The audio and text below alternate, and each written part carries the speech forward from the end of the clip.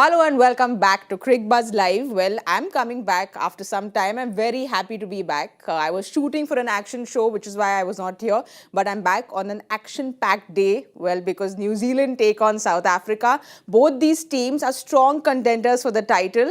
And well, they're going for that grand title. We've got two grand masters in the house today. Please welcome Joyda and DK to the show. They're going to give us, of course, Professor Joyda is going to give us all the knowledge on the points table and what I've missed on, and DK is going to give all his insights. So Joyda, we'll go straight to it because I went away and there was so much that happened. Like the closest World Cup games happened. There were a few upsets. There was so much that happened on the points table. So we'll quickly have a look at the points table. And please, it's all yours for the next 3 minutes. Let's go straight there then. Points table it is, and well, there's only one piece of news that anyone can tell you with complete certainty, and that is that India has qualified. That's the only thing anyone can tell you with certainty. India, no matter which way the table goes, India cannot Chalo, that's qualify. it. Over. Chalo. Oh, what is exactly? But the best part of it is, other than Bangladesh and England, okay, every one of the other teams can qualify. Okay, and there is a particular situation in which 7 teams, that means 1, 2, 3, 4, 5, 6, 7, 8, can end up on the same number of points, that's 10. So for that to happen, Pakistan has to win remaining games, Sri Lanka has to win remaining games, Netherlands has to win remaining games, South Africa has to lose all remaining games, okay, New Zealand to win 1 out of remaining 3 games, Australia to win 1 out of remaining 3 games, and Afghanistan to win 2 out of remaining 3 games. It can happen. So in that case, you'll end up on a table with India on 12, or what? No, India will be actually more than that because India will have won all the rest of the games, and all the others will be stuck on 10. But Joyda, so today's game, everyone will be rooting for a South African win for everyone below the 5 points. So basically what everyone wants is for everyone below that wants South Africa to basically win. Okay. Because what they want now is, if you're bottom of the table, you want the top 2, if they run away, they run away. What they don't want is for New Zealand to join them on 10 points. Correct. Okay. And New Zealand will be looking at its remaining schedule. Their easiest match is perhaps Sri Lanka, but they don't have any really easy matches remaining. So it's going to be a tough schedule for them. And it's really, really important. If South Africa can knock them off, they'll be doing a great favor to Pakistan, all the remaining teams who still think they're in the fray. Even Afghanistan, for example, has a shot. You know, they have to win all 3. 2 out of 3 could also get them there. So all those teams have a shot. They're just hoping that New Zealand stumbles today. Well, Joyda will, of course, know all the combinations, it's too much to understand. So we'll go into today's game, DK. Both these teams came in as the dark horses. South Africa was your team to watch out for, not in your top 4. New Zealand has been the dark horse. But who do you think is seeming to, well, win the race, if we can say? Both these teams want to go and win because New Zealand starts off well and then they've just kind of fizzled out. They did the same in 2019. South Africa has done everything right besides that one game against Netherlands. I know Joyda has literally decoded the whole table, but deep down, I think, including Joyda, if I may say so, knows pretty much that, the top 4 that we see today on the points table is what we're going to end up with, I believe. Let me make some excitement for guys. No, for sure. No, for sure. I believe I agree with you. Afghanistan and the Pakistan would love a result today. And that's the problem. Once you leave the destiny in your, in with other teams, then it becomes a little harder for you. Having said that, this tournament is picking up pace for the second rung of teams who haven't had a great start to the tournament. New Zealand, interestingly, the previous World Cup won 5 on the bounce and lost 3 on the bounce later. South Africa have been a team which has been very good this season. I think they've been the best batting side amongst all teams that have played this World Cup so far. New Zealand have actually played a lovely tournament. They actually have done as expected, punch a little bit above their weight, which we keep saying, and they've been very, very good with bat, ball and field. For me, how I look at this game and why I feel it's a very critical game is Pune is a game where you would like to chase. And South Africa is a team which likes to bat first. So that, for me, is a very, very interesting situation here. And if you look at how this tournament has panned out, in Pune, teams that have chased have found it much easier. So this makes the toss a lot more easier in terms of one team wanting to bat first. And I'm sure New Zealand probably wants to bowl first. So that evens out the situation. So whichever team plays to their strength a lot better will end up the winner today. Well, I think both teams are going to be very happy today because South Africa is batting first and New Zealand is bowling first. So they both get what they Who won want the to. toss, by the way? New Zealand's won the toss and they decided to bowl first. So, well, both teams are going to be happy. But Joyda, just a little bit on New Zealand and how it's been like a story where they start off well. And if we see, they opened really well against England. And then they've gone on to win against teams which, well, I mean, no disrespect, but they would have won against. But then when strong teams come in, they haven't performed against India, against Australia. So this is a very important game for them. Absolutely. And they have a tendency of doing that. They do have a tendency of doing that, which is that, remember, they sneaked in last time on net run rate. Had that match with India happened, perhaps India may not have played New Zealand in the semi-finals. That's the truth of the matter. But the fact of it is what we were talking about from day one, that when everyone is talking about their 4 wins, we were saying their 4 wins other than England have not been really wins against sides which are that difficult for them to beat. And India remaining schedule, they've lost to 2 teams which were tight matches. The only team they'll probably be confident of beating at this point is probably Sri Lanka, is somebody but all the others are tight matches. And I think that is the one thing about New Zealand. How are they going to do against teams which are at their level of ability? B is that Pakistan today is on a resurgence. I mean, they're also looking at it that way. So this South Africa game is really crucial for them because they don't want to leave it for the last 2 to win. They need to win the last 2 to go through. They don't want a situation like that, because while we are talking about saying that, 10 points is, 7 teams could be on 10 points, the truth of it is the only way of being sure of qualifying is 12. Yes. 12 is surety of qualifying. Below 12, you're not sure of qualifying. New Zealand do not want to leave that late. And they've always beaten, every time they've always beaten the lesser known teams. The word I'd use is an efficient team. Very efficient team. They take their chances. They say it. If I'm slightly better than you, I'll do it very well. Having said that, their last chase against Australia, a target like that to take it to the last ball shows them that they've got a team. They've got a solid team this time. Well, we'll have a look at their solid team. They have just one change in the team today. Tim Southee comes in. Just what Trent Boult will want. Ferguson is out. Lockie Ferguson, he was saying off-air, DK doesn't look like he's going to come in very quickly.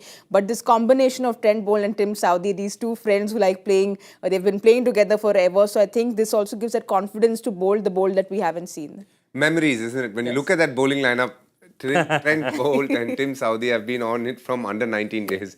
So they are a very, very efficient bowling attack. You got to understand, one brings the ball back into the right-hander, one takes the ball out. So they're a very potent combination. Like how we speak left and right for batters, they're a great example of a left and right for bowlers.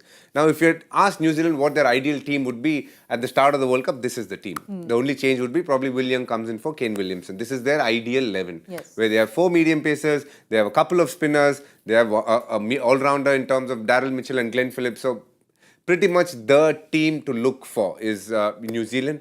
I believe they are playing a very good brand of cricket. Just fell short against Australia.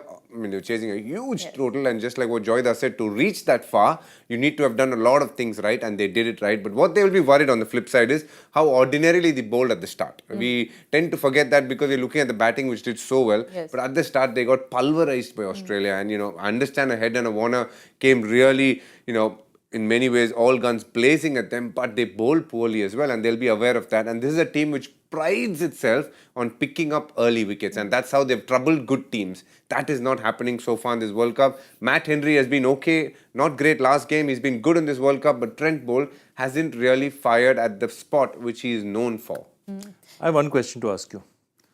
How do you see the new ball now being used? Because Henry's been very effective with the new ball. Who now? Because Southee is the natural. He is the man who gets swing. I would like to think that they will still stick to Trent Boult and Southee and bring Matt Henry one change. That's how they will do. Unless they feel that Matt Henry is bowling better than Southee, which will then probably tilt them towards, Matt Henry. I just feel that whether they're going with Matt Henry or Trent Boult doesn't matter. Right now, as you look at this situation, Southee has to bring his experience to the fore. He is someone who's very, very talented as a bowler, but more so, very clever as a thinker. And that's why he is the captain when Kane Williamson is not around. But this is exactly the graphic. I don't know if you missed it, DK, but this is exactly what you were saying, Joyda. They've taken only 6 wickets in the power play, and this is something that no cricket lover would like to say. But do you think maybe Trent Boult not giving him the opening ball and changing things around might do them good in the power play? The point of it, yeah, I mean, that's why I wanted to ask him, because he has that technical ability to bowl, because the problem with both of them is both of them swing the ball. And if you're going to get any swing, you're going to get it in those first 4-5 overs from each side. So now to take that away from them, because, I mean, Saudi is a natural swinger of the ball, Boult is a natural swinger, that is their art. And though Henry's been bowling well, can you take that away from them? My point is, if I'm playing Saudi Everton team, I'd like to see him bowl first. I mean, I'd definitely give him the new ball from one side or the other. And that is the thing that I think that, they need to this. But this attack, that is the problem, that it looked very good in the beginning. If you remember, again, Henry's been telling. Yes. He's been taking wickets up front. He was one of the best bowlers in the first couple of weeks of tournament. As the tournament has gone on, he is just faded a little. And I think last match, his confidence would have been fairly dented. Of course, Dharamshala is, with that kind of onslaught against you, it's not easy to bowl. But yeah, it is what it is. DK, just before we look at the South Africa team, I just want to ask you, Joyda spoke about he's just not getting that swing. So with Trent Boult, you know how lethal he can be, you know what he does with the new ball, but it's just not been there. The conditions haven't helped, and he's spoken about how Tim Southee has really helped him get that cutter in, get those, he's learned how to get the cutter in because of Tim Southee. But do you think maybe pulling the length a little bit might change things around? Do you think he's bowling fuller than he normally does? If a bowler is bowling fuller, it would start straight away mean he's a swing bowler who's looking for wickets. That's why they look to bowl front. Now, what's happening is when he gets swing, it's very effective. But when you don't, it becomes a very hittable ball, the same length. And in this tournament so far, I think his wrist position has not been as good. He's somebody who relies on two things. His run-up, his run-up into the crease when he's about to jump, that is very, very crucial for him, because he's somebody who has great rhythm running. And that's why you see a lot of the times he's one of the few bowlers who literally walk back and start running immediately. He's not somebody who will stand at the top of the mark and wait and all that. He has that, he's created that rhythm, and that's why he is actually one of the quickest to bowl an over amongst a lot of bowlers in world cricket in terms of the time he takes to bowl an over. And for him, that rhythm in terms of run-up is not, and that could just mean one step where he's not getting it long enough as it should be, or it's too short a step. Those are things only if you get into the nitty-gritties of the bowler, you'd understand. But something is missing there, that at the point of release, his wrist position is not as good as what it used to be. And that is a very small technical adjustment, but it's not easy to make in the middle of a tournament because you're always a little wary. What he has improved after bowling over a period of time, and he's realized that's going to be really useful for him, is the scramble seam ball, which goes straight with the arm. Now he seems to use that very effectively. So when he's not getting wickets coming in, he either uses the scramble seam or goes around the wicket and tries to create the angle. If you remember the Shreyas Iyer wicket in the second spell, that was a good example as well. And because of how quickly he runs through the crease, he has a good bouncer, a very skiddy bouncer, and that's why sometimes he gets wickets in the bouncer. But what he's not known for is pace. He's not somebody who's very quick. He's not a Lockie Ferguson. In that attack right now, actually, I think Matt Henry is the quickest for today. And he is not the quickest either overall if you look at the tournament. For me, Trent Boult has been a person who's just lacked form a little bit. But I can promise you, the day he feels that the ball is coming nicely out of his hand, then a lot of opening batters are in trouble. See, this is what I told you all. I promised you all that Professor Joyda will give me complete understanding of the points table, and we'll get the master analyst DK to explain everything. I'm sure Trent Boult's also listening That was lovely. Yeah, it was so beautifully put, DK. That was fantastic. Yeah, I can go on and on talking about why his wrist position you think is not, but we should look at South Africa's playing 11. They have one change, and as expected, Rabada is back. But surprising, Joyda, you think Shamsi sits out after that 4-wicket haul? Pune also. I mean, they thought that was a pitch where it would shoot Shamsi. What I like about it is it's interesting. It's a brave move that, okay, Keshav Maharaj is my first spinner and I'm going to play Keshav Maharaj if only one spinner is playing. And I think good sides do a lot of that in the World Cup. Again, notice what they did with their batting. I mean, when he was injured, Reza Hendricks Baboom was injured, Reza Hendricks came and scored 70 odd. He goes out the next match, it doesn't matter because this is what the team is decided upon and this is what they're going to. It's a different South Africa. I think South Africa are trying to break a lot of stereotypes that we think about them. They don't make it past the knockouts very well. They're very good in the group stages. They're not good later. They don't win close matches, and I think winning that match against Pakistan was really vital for them. So I think that they are doing it the way they want to do it, because if you do it, who do you replace? You'd replace Maharaj with Shamsi. Would you replace Maharaj? I think Maharaj is a better batsman. Or Ngidi and get Rabada in.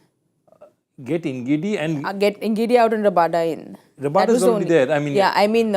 Like basically, she's swap saying that them. we'll keep both spinners. Keep Play both spinners and I get. yeah.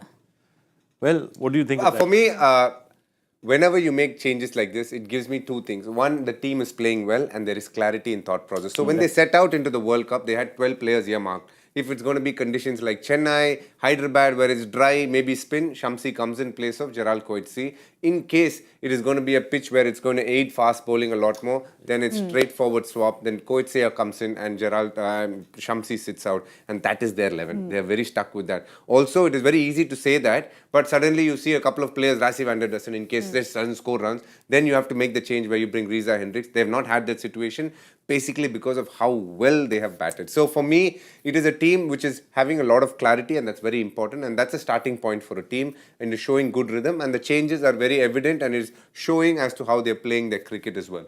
You want to say something? No, nothing. I just want to add to that. I mean, I was just looking at their 2019 lineup, and technically their 2019 lineup looks even scarier because they had Hashim Amla and AB de Villiers there as well.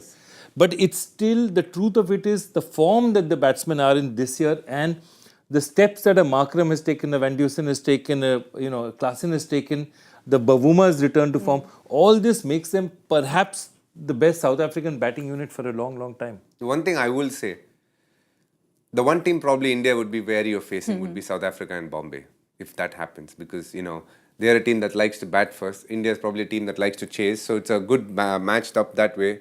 But in Bombay conditions, they are an extremely effective batting unit. I feel that. You know, Joyda, you're just talking about Bavuma and you spoke about how they backed their plan. Even when Ariza got those runs, he still got Bavuma back. But he's someone who really needs to step up, DK, because he's marshalling his troops very well. But Bavuma, the batsman, hasn't really come to the party. So probably today is going to be that big day, big game. Look, I think the one thing that I'm seeing with his batting is he's a lot more at ease in this format than in the T20 format. In the T20 format, he was battling a few demons in his mind. He's been a very consistent run getter. As you can see, his average just shy of 80, which tells you he's very good. And the strike rate at which he's batted, 104. And that's something that he can be really proud of. So he warrants a place in this side purely as a batter, whether he was a captain or not. That wasn't probably the case in T20. This World Cup, things haven't really gone to plan for him. I understand that. But what he has shown in the limited time that he's batted, even this Pakistan game, he played some lovely shots. Till the time he lasted, he bats with good intent. Even if Quinton de Kock gets out, he is able to protect a Rassi van der Dussen from playing the big shot by him taking the onus, pretty much like what Rohit Sharma does for India. And that is good to see as a leader for me. It's only a matter of time before he gets runs. Yeah, absolutely. And, I go back to, again, that, very famous, we had that issue about Quinton de Kock taking the knee. Yes. And if you read a little bit about the incident, I mean, the person who could have easily just got angry about it or just reacted to it instead of this thing was Bavuma. And he behaved in such a mature manner, saying that, okay, he doesn't exactly understand what it is, this is what it is, and this is where he is. That has earned him a lot of respect from everyone in the team. I think he's set some things in place.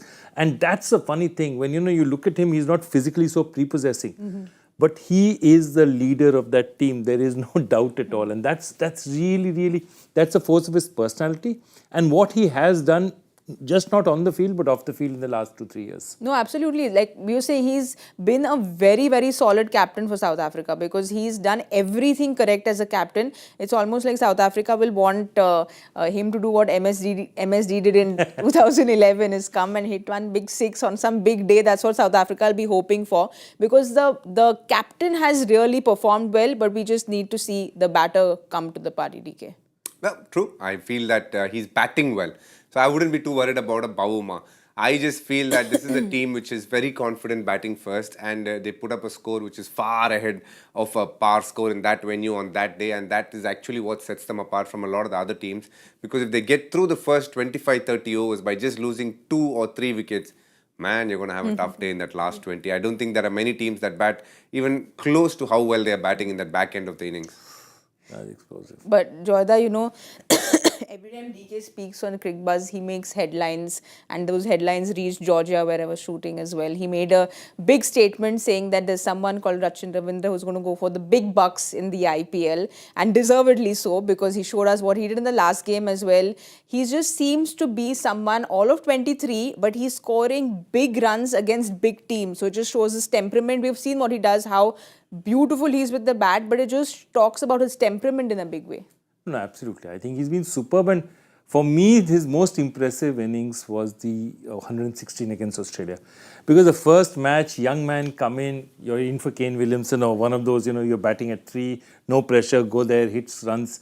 And nobody expected him to do anything. Now 5 matches on, 4 matches on, 5 matches on, you are a star. And now you're chasing Australia, you scored 380. The maturity of that chase was absolutely fantastic. The other thing is, I was looking at his results, I mean, he's literally been playing just this year. But in his ODI career, the thing was, he started off very similar to Sanath Jayasuriya, batting at 7. And this batting at 3 has just completely opened it up for him. Because I feel that it gives him the time to sort of do it. And because he's now done successfully there, now they'll keep him in that top 3. And that is where he's really effective. Because before this, moment you're at 7, you're in a position where you don't get that much batting, or you get batting in very different conditions. Either you've got to whack it from the first ball, or you've got to defend because everyone's got out early. Also, in their domestic team, he bats much higher. And him and Devon Conway are very, very close friends. They spend a lot of time in Chennai. They were doing a lot of fun things that I am aware of. And it was always what Joyda said. It was a case of who is batting better at number 7, Mark Chapman or him. But Mark Chapman is more suited to number 6 and 7. He is somebody who can hit a long ball. Whereas he is more the conventional stroke maker who can use the power play. And then when he gets out of it, what he is really good at is actually playing spin. He's probably, along with Devon Conway and Kane Williamson, one of the best players of spin. I think Daryl Mitchell, actually they are the team which plays spin well, as I see it. Very good and very effective also. With a very low risk, they're able to hit boundaries, which is a very key aspect of playing spin in the middle overs. Joyda, I have to mention the master once on the show, otherwise the show is not complete, right? You have to speak about the master. But Rachin will be a very, very happy boy because he's equaled the record with master, where he's got 200s in a World Cup and before turning 24. So considering everyone's spoken so much about his name and what is the origin of his name is, but he'll definitely, somewhere the back of his mind, when you share a record with a master, I think that will give you that confidence which he already has, but just give him that extra little smile on his face. I'll give him a smile on his face, but he's too level-headed a kid to think he's anywhere close to the master. Nobody should actually that way. You shouldn't think that way because it puts a huge burden on you. But I think he's just genuinely enjoying his cricket. And as DK will say, that he's soon going to be not just a very happy young man, probably a very rich young man. I was just going to say, I just made this up as I was looking on top. If ever Saiyami decides to have kids and it's a boy, I have a name for her. Instead of Rachin, it's Rochin. Roger Federer and Sachin. Well done, DK. That's a good one, right? I'm going to keep that in mind. It's a very good suggestion. Rochin is better than Sager. I was just thinking of the options. All right, before we get to what my kids' names are going to be, I want to ask you all. Okay, it's very good. Okay, suggestion. go on. We'll keep this for off air. But I want to ask you all, we're speaking so much about both the teams and how strong their batting is. DK, if you have to pick one from, if you have to pick which team is better, because South Africa, we see what they've done, we see the numbers. We've spoken about New Zealand and how complete their batting looks, but which one's better for you? Today I'd pick South Africa because the team batting first is South Africa, and I feel they're extraordinary batting first, no doubt.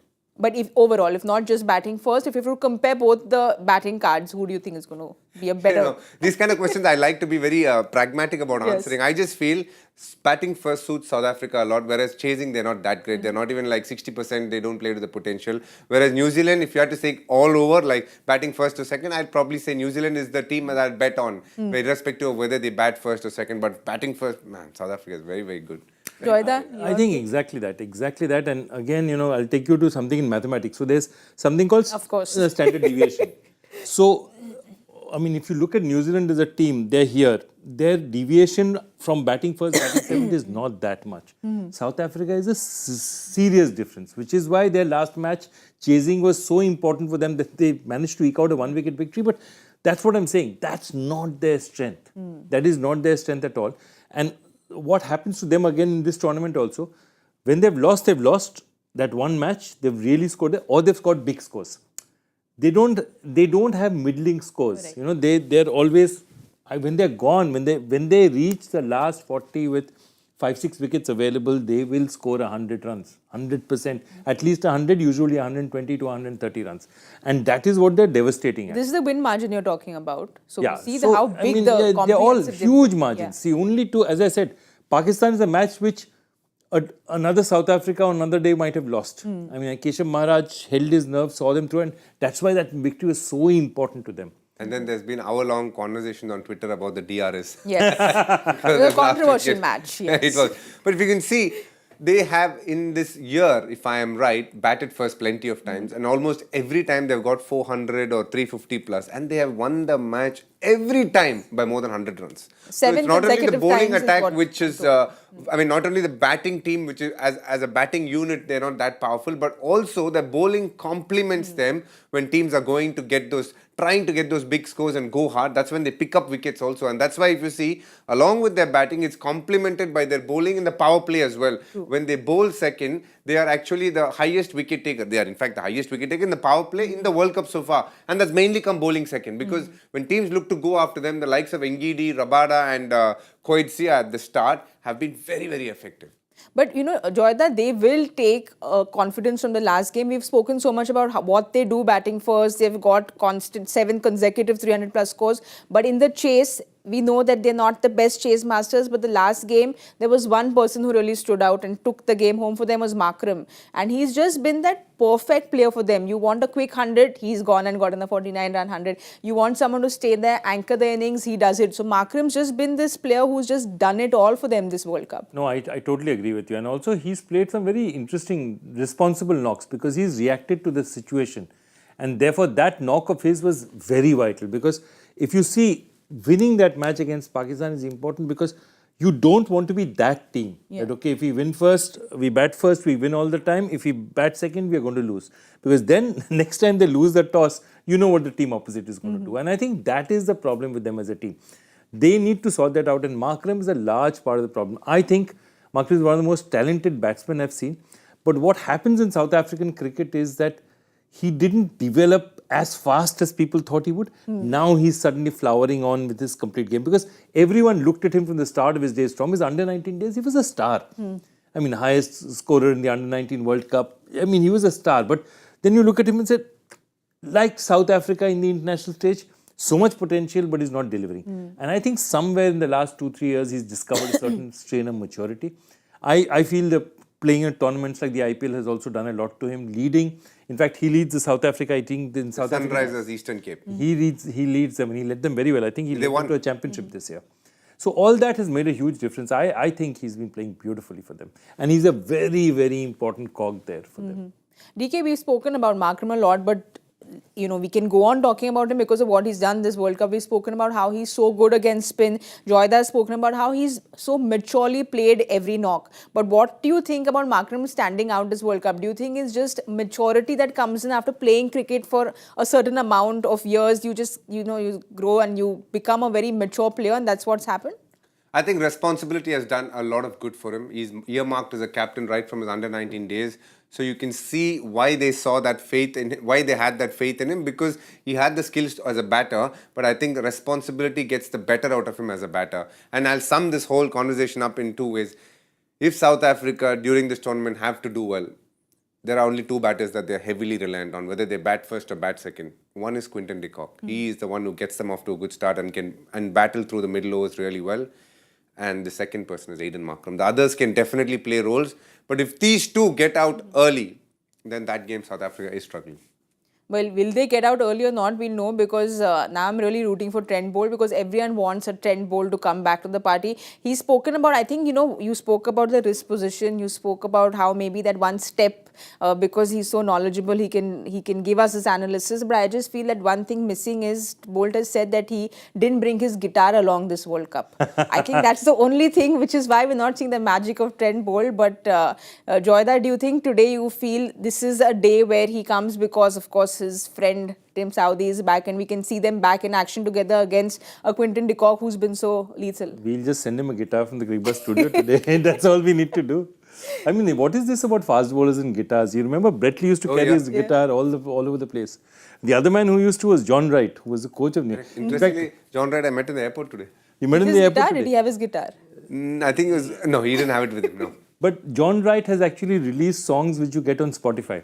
Oh. He's a proper country singer. Oh, wow. A fascinating character. So for more fascinating stuff that Joyda tells us. Let's go to the joy factor question of the day because it's all yours. You're here in the studio. And you're very relieved. Yes, as you I'm said. very This is an easy one to read. Come on. This is very easy to read. Here. Hemu Adhikari, Pankaj Roy, Chandu Borde and Ravi Shastri are Indian cricketers in a specific list. Okay, which current World Cup player is the latest? Though he may exit this list in the future. So the fun part of it is the last part. That he may not stay in this list. I don't know why you thought it was very easy tricky. for a start. I have still not managed to understand the So there are question. 4 players. Okay. Chandu Borde, Hemu Adhikari, Pankaj Roy and Ravi Shastri. They have something in common with a 5th guy who's part of our World Cup team, our current Indian World Cup team. Oh, he's given the clues. So, but these 5 have something in common, though the 5th guy may not have it in common for all his life. That's all I'm saying. It's too cryptic for me. I'm not going to get in there. DK is scratching his beard. I'm just trying to think it's something to do with Maharashtra, Pune, something like that. No, Yeah, no. some Today connection. I've not gone there. Oh, today. so he's giving another clue. He's not gone into. It's nothing to do with today's game. No. So 2 clues there. I'm sure there are people who are answering the question. We'll just get on to what we can do, DK, Which is to because eat we well. can't. No, eat well. We have to still get there. It's about predicting what's going to happen. Oh. You can't forget the most important thing of Correct, Cricbuzz correct, Live, sorry. right? So Joyda. So you start first. I mean, okay, I'm happy to start first, but I don't Okay, even I'm know also it. happy to start first. Oh, I know. You want your number. Yeah, Yeah. I'll go first. I will go with. See, this is very close to Nashik. Pune is not very far from Nashik. Yeah, but still, that doesn't give me any edge. This is Doesn't home give me advantage. Any edge at This is all. home advantage. Absolutely. I'm going to go with 264. Oh, wow. She's low bowling South Africa. I'm 310. sure what she's done, I'll tell you. Quietly, she's heard the pitch report. Ricky I heard Ponting the said pitch something. report. She said there are cracks, it is slow. She's so, Yeah. she So knows I'm it's just not going going to to be a go high with scoring that. game. Is that slow? Oh, okay. 310. I believe the South African team. 281. Okay. You've got him 281, thinking. huh? He's scratching his No, head. actually, You've got him we thinking. both heard the pitch report, so we're just relying on what Ricky Ponting said. So if we don't get it, we know who to blame, right? Right, DK? That's true. Yeah, we know who to blame. So we'll see. We've got 310, 281 and 264. Let's see if Ricky Ponting gets DK and me a victory or if Joyda is closer to it. But someone in the team has to win. So let's root for the Cricbuzz Live English studio to win. That's what we're going to do. And now we're going to go and do the second most important thing, which is go and eat good food, like DK said. So we will be doing that. You all go eat as well and join us the 15 over point at the Cricbuzz Combox. We'll see you very soon.